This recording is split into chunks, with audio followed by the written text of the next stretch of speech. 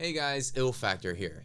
Now if you ever struggled with taking a riff or a simple 4 to 8 bar loop idea and take that idea and develop it into a full finished song, well, I want to help you with that, and I'm putting together a video series that's going to walk you through my production process and doing the exact same thing. I'm going to start off with an idea, and I want to walk you step by step on how I finish a whole production. And this is going to be including some artist development stuff in there as well. The song I'm highlighting is a song that I've produced for an artist that I've been developing. So I also want to shed some light into the development process for an artist as well. This is going to be very beneficial for you if not only if you're producing music for yourself as an artist, but if you're producing music for others as well, because this is how you can bring more added value to the projects that you're working on. Okay, so let's go ahead and dive right in. So just a little background on the song. The song is titled Give It Away, and it's for the artist that I've mentioned earlier, Gigi Rhodes, an artist that I've been developing for the past couple of months now. And in the process of when I work with artists or when I'm coaching artists or helping them achieve their goals with their music career, I always like to have an end game or a goal in mind. Like, what's the big picture? What's the vision here? So just recently, I was able to get one of the songs that I produced for her featured on the upcoming gaming franchise by Ubisoft, the Just Dance 2016. So one of the other songs that I've worked with her on and I produced for her will be featured on that game. So we've put together an EP so that we can start building momentum up for that release. So this is one of the songs in that EP. So let me just play you a quick snippet. We'll take it from the pre-chorus going into the chorus, and then I want to go ahead and break down the song and show you how I went about putting it all together. So I'll take it from the pre. I just keep on coming back. Those mistakes I've made, and you're so bad but so good, yeah. Hanging on the edge, if I give it away, there won't be nothing left. If I give it away, I might just disappear.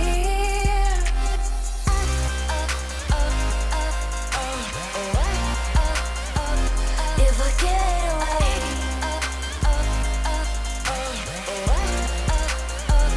your hands are all over me. So let's start at the beginning of the writing process for me in this song, and that starts in the session view. Now, I treat the session view as sort of like a blank canvas in which I could just throw different ideas at and just see what's going to work together overall to come up with the centralized groove and kind of like the main theme of the idea. And typically I'm working towards getting a good chorus vibe initially. Doesn't always work that way, but that's usually my train of thought when I start in my writing process. Now, I used to come from an arrangement linear point of view in which you would work in an arrangement view, something like in Pro Tools or Logic or even Reason for that matter, and I would work solely just highlighting 4 to 8 bars and coming up with a different arrangement. And the issue with me, and this is just me personally in my workflow, was that once I had something that I wanted to change something in that arrangement or that riff and that idea, I almost felt, I have to admit this, I got a little lazy when it came to my songwriting arrangement, right? Because I was always struggling with how do I get this cool 4-bar riff or this idea and work out a song from that. And so the working in session view actually opened my eyes to seeing how I can get that accomplished, and it really helped develop my workflow to kind of get over that hurdle of starting off with an idea and then turning it into a 3-minute full-fledged song. So let me go and walk you through that. So first, let's go to the first line. So I started with a riff, an arpeggiated riff, and I'm using a third-party plugin for that. And that third-party plugin is Sylenth. Now, this Sylenth, it's a great sounding plugin used predominantly in all different types of genres and all different types of electronic dance music and pop and hip hop. So really great synth to have. And if you're working on a budget, you can go to this website. You can go to Leonard Digital and you can download the demo. The demo will work for a short amount of time. You get that cool guy coming in and saying, thanks for using the demo. And I think it shuts off over a while, but definitely worth it because it's a great synth to have, covers all spectrums of all different types of genres of music. So typically what I like to do is I'll load up a synth, or I'll just spend about maybe 5 or 6 minutes just browsing through some samples, and just getting my ear just waiting to something just like strikes me, and just inspires me to just want to, hey, that's a really cool sound. Let me see what that would sound like.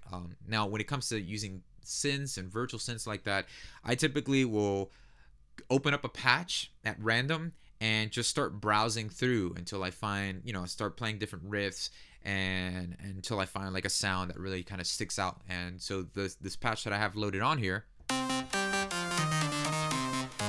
had this really cool texture to it. It had this metallic, arpeggiated texture to it. So it's not actually being arpeggiated within the synth itself. What it's using is low frequency oscillator, this LFO, to literally add movement to that sound. So I'll dial down the rate of that oscillator, the LFO, and that could be located on the synth right here under LFO 1. So I'll bring the rate all the way down so there's actually no movement whatsoever, and this is what we get.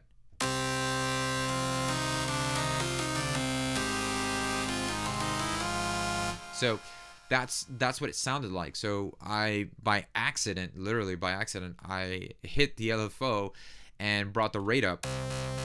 And I thought, hey, that's pretty cool. I like the texture of that sound. I like the way it's doing it. And it's a little different than just adding an arpeggiator on there. It's the LFO and the wave length that we're choosing here at the sawtooth to move that sound is what really gives it the edge that I liked about the sound. So let me go ahead and adjust this. I think it was set to every 8th note. Okay. So once I had that there, I start fumbling around with the riff, and I was playing, let's see, C and G together, and my left hand was just playing the root note, was playing C. And what I would do is I would just use my left hand to kind of add some movement, play some bass chord changes, while my right hand was sustaining the first 2 notes.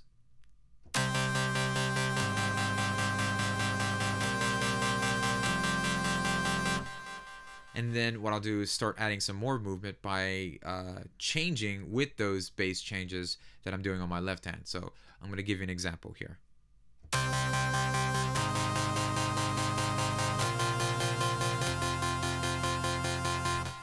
Okay, so let's go ahead and record this riff. So here in the session view, you can choose any of these clip slots that have a circle in them. That basically mean you can record your idea on there. And that's the way I like to treat the session view. You want to treat these little boxes here, or the clip slots, as ideas, right? Here's an idea, here's a riff, this could be cool for a chorus, this might be cool for a verse, or this is just some random idea I just might want to use in this song somewhere. But at least you can kind of keep them. For those of you who are used to using Pro Tools, think of this as like your playlist, right? Just a different playlist of ideas, takes, and performances. So let's just choose an empty clip slot here. I'm going to put my metronome on so that I can stay in time. And I'm just going to go ahead and hit the circle, and I have a 1 bar count off, and then I go ahead and start to record.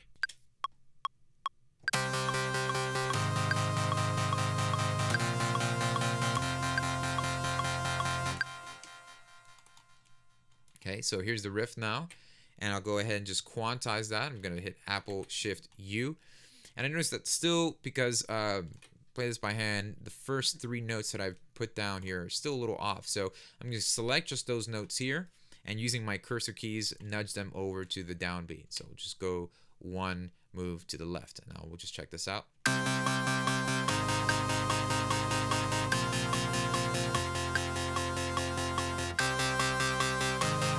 And what I'm going to do is just extend the end of these notes here so that they go to the very end of that bar, so we don't have that cut off at the end. And we'll do it like this. There you go.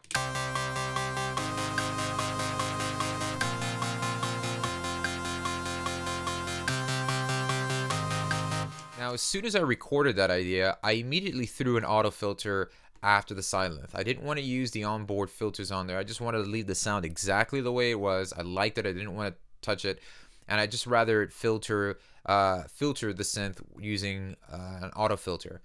And the second I started filtering out some of the high frequencies, I got it just to sound really nice and warm here with this auto filter. And the second I heard that, I immediately started humming some ideas for vocal melodies. And this is something I really want to stress, and it's very important. The fact that when you're inspired to get a good melody down, don't sacrifice that inspiration for the sake of having more things, having a cohesive idea down or something, like, or yeah, I gotta get drums first. Listen, if you have a kick drum and that alone inspires you to get some melodies going, go for it. And I'm really big with that, because you don't want to sacrifice having a full-fledged out idea for the sake of not having vocal melodies. So immediately when I heard the riff just being filtered, the texture and the tonality of that started sparking some vocal melodies. So I started putting some ideas down. I had the artist here, and we were just going back and forth with some vocal ideas, and we just looped the riff over and over till we just found something like, wow, that's a good vocal melody, that feels really strong, that resonates with us, so let's just start building the song from there. And that really started helping pave the way for the rest of the structure of the whole song, because I found the anchor, the gem, the main riff, right, the main focal point musically, and that was that chord progression. And then everything started revolving around that. And then I started working towards doing some drums, and then adding some bass lines and some extra bells and whistles. But primarily, the track stayed very minimal. As you can see here, there's not that much instrumentation. And so when you have less instrumentation in your track, you want to make sure that the melody is really paving the way and becomes the center focus. And so your melody has to be on point, but you want to create the right depth and dimension and space between the instruments and your vocal. And we're going to get more into that in more videos in this series as we walk through the whole production of this song. So with that riff playing in my session view, I just set up a mic right behind me and just put down a bunch of vocal melodies, and I also use that in the session view as well, because I don't want to lose any inspiring moments that we might have. So I always make sure I have a mic on ready, standby, and that's something you should be doing too. Even if it's just a $5 microphone, have it plugged into your interface, just have it there. Or even if you're using your voice memo on your phone, just always have it on standby, because if you're like me, I'm crazy ADD with my melodies. I'll sing something and everybody's like, oh, that was great. I was like, I just totally forgot what I sang. It doesn't mean that it was good. It's just that my brain's just going all over the place creatively. So I want to make sure I capture those moments. So set up a mic behind me. I just had the artist riff a couple things, and then we finalized on that melody that I thought was really well with the riff. So I'm gonna play you a couple takes that we have, and then in the next video we'll start to dive into how I go into the drums and start arranging this and fleshing this out. So here we have the riff on with the Sylenth filtered out. And then I have this lead track here. This is the vocal track here. And as you can see, I have a bunch of just different takes that we did. And I'll start with the first one we started with. Up in the sky with the aeroplanes, leave you up in the clouds. So you might notice that although the track I'm triggering here with the verse lead, it's this one here, track number 27. The audio is being routed to a lead vocal bus. Now this is done afterwards. I didn't do this beforehand and then told the singer to start recording. In the mixing stage, which I'm going to walk you through down the road, I just set up a lead vocal bus. And I do this because it's very easy to, in the mixing stage, to just have all my lead vocals go through one thing. That way saves on my processing, my resources as well. And I could just group, and I do the same thing for my background vocals. And I'm going to walk you through in a couple videos down the road in this series exactly how I treat the vocals, how I mix them, how I edit them, how do I group them, how do I get it to sound the way they sounded when I first played you the track. So, but right now I just used the session view to kind of capture a couple ideas. And I had this vocal melody, and I knew that I want to base the whole song around this. So what I'd like you to do is just go ahead and subscribe. Stay tuned for part 2 of this series, and I'm going to walk you through some of the drum programming and what do I do next and throughout this whole process. So I hope this helped, and looking forward to doing the next one and having you on board. Take care.